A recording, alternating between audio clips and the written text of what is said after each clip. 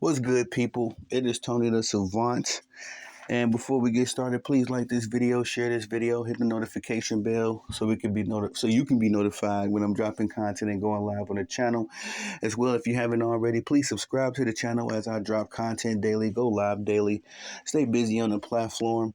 And last but not least, please leave your thoughts and opinions in the comment section, as I'm always intrigued to know what you all have to say about these topics. And ladies and gentlemen and ladies, I wanted to preview this week's Thursday night edition of the of NFL football. Yeah, that sounded great.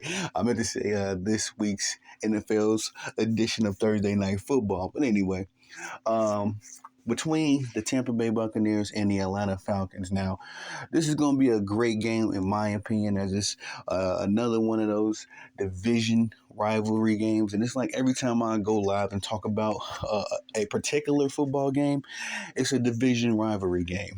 As last week, um, we talked about my Packers going up against the Vikings, who, kudos to the Vikings. Sam Darnold broke out the Superman cape once again and had himself an epic performance. But this week, it's an NFC South rivalry game. And man, both these teams are in positions that I expected. I expected the Falcons to be playing like the Tampa Bay Buccaneers, and I expected the Tampa Bay Buccaneers to be playing like the Falcons. Let's just get it off the top. The Tampa Bay Buccaneers did not have any of the preseason hype that the Atlanta Falcons had, nor did they have a hot start like the New Orleans Saints, yes, like they had. But these guys have been playing very solid football on both sides of the ball, led by the efforts of one Baker Mayfield. It should be mentioned that the passing attack for the Tampa Bay Buccaneers has been top 10 behind the efforts of Baker Mayfield, who I am very proud of, man. It's like this guy's had a resurgence to his career, similar to one Sam Darnold. But this year, Baker Mayfield leads the way. No, excuse me. I don't know. I'm going to say lead the way in touchdown receptions, but as of right now, he's been very impressive with protecting the football, as he has boasted 8 total touchdowns, rushing and passing, and only 2 interceptions. And also has this team number 4, I believe. I think they're 4th in the NFL as far as turnovers, preventing turnovers. So just impressive. That's very impressive by one Baker Mayfield. The rushing attack for the Buccaneers has left more to be desired, as the veteran Rachaad White has been kind of absent so far, and we've gotten a little production from the rookie Bucky Irvin, who I am very high on, as far as his potential in the league. But yet and still, I believe their rushing attack is about 24th. So not really getting production out of them, but there's a lot of potential there. And I love what Bucky Irvin is doing, but I still would say to the fantasy football owners, pick up Rachaad White if you don't have him already, because Rachaad White is a little bit more of the standard dual threat that you want your running backs to be, as far as catching footballs out of the backfield and also rushing. The defense for the Buccaneers, the Russian defense has been getting torn to pieces this year, but behind the efforts of star cornerback, or is Antoine Winfield a safety? Let's just say secondary players. Antoine Winfield, the vet, behind his efforts, the Tampa Bay Buccaneers passing defense has been decent. But the Russian defense has been, again, leaving more to be desired.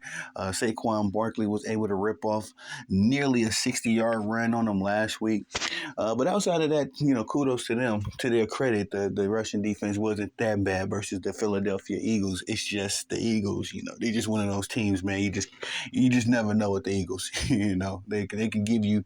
We've seen it last year. They went with 10-1, and then end up going like 1-7 from that point. But anyway, But it was a good test for this Russian defense for the Buccaneers. And outside of that Saquon Barkley run, they did fairly decent.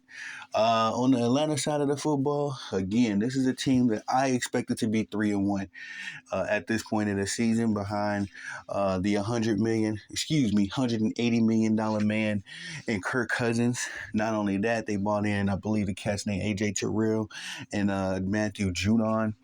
And the Atlanta Falcons, back on the offensive side, both some of the best skill players in the league right now, in Drake London, Darnell Mooney, and Kyle Pitts. Not to mention their backfield and what's my guy, Bijan Robinson and Tyler Algier. The Falcons, man, they supposed to be, in my opinion, 4-0 in this at this point of the year. They lost a very winnable game versus the Pittsburgh Steelers, as the Pittsburgh Steelers were able to kick field goals them into a win. And to their credit and Kirk Cousins' credit, they went to Philadelphia, or was not. I think they were at home that game. Anyway, they were able to beat Philadelphia on a game-winning drive led by Kirk Cousins. He looked like Captain Kirk. Did you like that? Did you like that, Captain Kirk, when he did that drive, game-winning touchdown to Drake London, whom, in my opinion, is one of the best wide receivers in the league right now? That was very impressive. And then last week was able to beat the NFC rival New Orleans Saints in a very impressive fashion, 26-24 on a game-winning field goal from Koo. The Falcons have just been finding ways to lose and win football games, if that's fair. But all in all, I did have them at this point 4-0. So it's a bit surprising to me to see them at 2-2. Nonetheless, with so much skill and so much talent, I do expect them to pick it up at some point in this season. And what better time than to go up against the number one team in your division? And no, the Falcons are at home this game, but even more reason why they should win this game, going up against the number one team in the NFC South, in the Tampa Bay Buccaneers, and being able to make a statement. It should be noted that the Atlanta Falcons, between last week, this week, and next week, will be facing. They're going through the gauntlet of facing all of their division rivals. They were able to defeat the Saints. Then they go into. I don't know if they're at home against the Falcons, and I believe they go to Carolina to face the Panthers. So just tough games all the way around. Even that game against the Panthers, as I'm one of those people that just believe that, it don't matter how good you are or what you got going on at that point in the NFL. Once you face an NFC rival, anything can happen. They know your playbook, you know their playbook, and you study this team very well. On purpose, because these division games are very crucial to playoff seeding and tiebreakers at the end of the year. So I'm expecting a dogfight, but with so much talent on this field, between, again, Drake London, Darnell Mooney, Kyle Pitts, and then you got Chris Godwin and Mike Evans on the other side. Not to even mention, we got 4 phenomenal running backs in this game. I'm expecting, a lot of points on the board. My final score, I think I'm going to roll with the Falcons. They got to win this game. If the Falcons don't win this game, the Buccaneers will go 4-1, have some leg room in that NFC South division, albeit not much, but 4-1 will look very good on paper, and also give them a tiebreaker versus the Atlanta Falcons. But I don't think the Atlanta Falcons can afford that. I think they know what's on the line, as if they lose, they will be 4th, which is last place in this division, and it won't look good. At 2-3, all of the money that Arthur Blank spent on this team, all of the talent that they have, 2-3 would be unacceptable after 5 weeks of football. So, in their house, I do think that the Atlanta Falcons can win this one. The old saying, get a bit of home cooking with some help from the crowd, and if Captain Kirk shows up, even if it's that last drive of the game, this team can definitely win.